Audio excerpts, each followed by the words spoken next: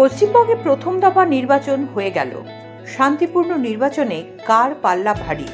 বীরভূমের সাধারণ মানুষ থেকে রাজনৈতিক নেতাকর্মীরা কি বলছেন, কথা বলবো।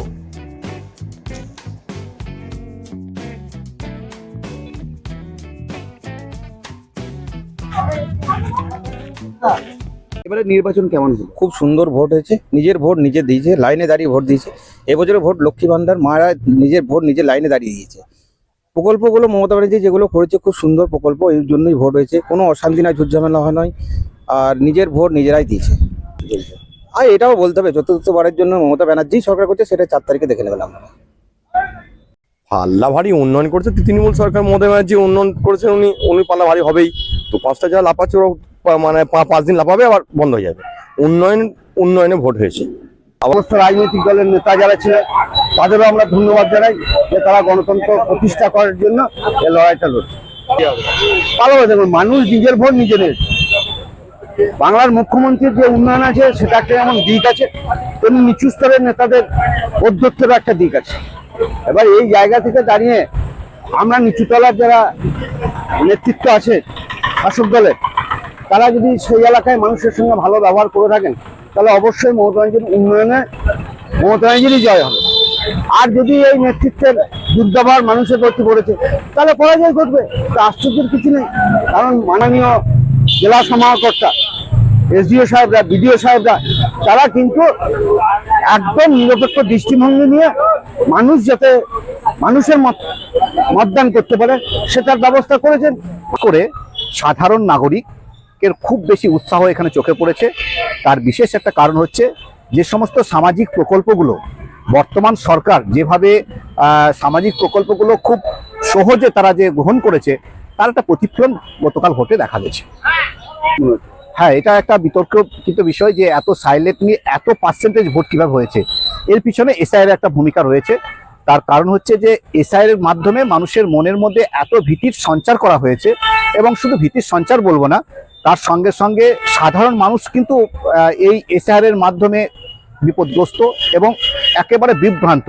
তার কারণ তারা ভাবছে যে এই ভোটটা যদি আমরা না দিই 2026 সালে, তাহলে তো আমাদের ভোটাধিকারটাই কেড়ে নেওয়া হবে। এইভাবে একটা আতঙ্ক তৈরি করা হয়েছে, যার ফলে দেখবেন পরিযায়ী শ্রমিক তারা দলে দলে এখানে এসছে, এবং স্বাভাবিকভাবেই সেই ভোট কিন্তু বর্তমান যে রাজ্য সরকার তার পক্ষেই পড়েছে। দেখুন, এখানে একটা জিনিস দেখা যায় যে যদি খুব বেশি পোল হয়, তাহলে অনেকেই বলে থাকে, একটা মুখে মুখে প্রচলিত থাকে যে বর্তমান যারা রানিং সরকার থাকে তাদের বিপক্ষেই যায়।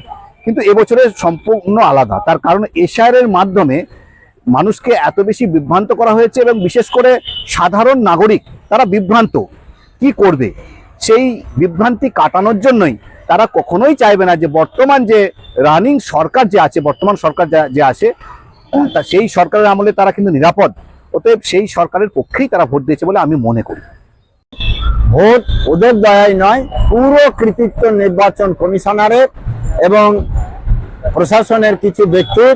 তো সেই কৃতিত্বে এবার সুষ্ঠুভাবে নির্বাচন হয়েছে, এবং আমি আশা করি এখানে 93%, 94%, 95% মানুষ ভোটে নির্বাচনে অংশগ্রহণ করেছে। এখানেই বোঝা যাচ্ছে মানুষ এবার ওদিকে আর ভয় করেনি, ওদিকে আর পাত্তা দেয়নি। মানুষ অনেক ঝুঁকি রিস্ক নিয়ে গিয়ে তারা নির্বাচনে অংশগ্রহণ করে ভোট দিয়েছে। আর ভোট বেড়েছে মানে, ভোট মানুষ দিতে পেরেছে মানে, এখানে বিজেপি জয়ী ছিনিয়ে নেবে। তৃণমূল হেরে গিয়েছে। এখন যতদিন নির্বাচনের কাউন্টে রেজাল্ট আউট না হবে, ততদিন ওরা জেতাবার কথা বলবে। সরকার যেভাবে মানুষের পরিষেবা দিয়েছে, যেভাবে প্রকল্প আমাদের মাননীয় মুখ্যমন্ত্রী দিয়েছেন, বা আমাদের বিধায়কের কাছ থেকে বিগত 15 বছর ধরে যে সার্ভিস বোলপুরের বিধানসভার যে নাগরিকগণ যারা আছেন তারা পেয়েছেন, তাতে আমাদের তো ফল আশানুরূপ থেকেও বেশি ভালো ফল হওয়া উচিত। আর দিদি জয়, আবার দিদি জয় হবে।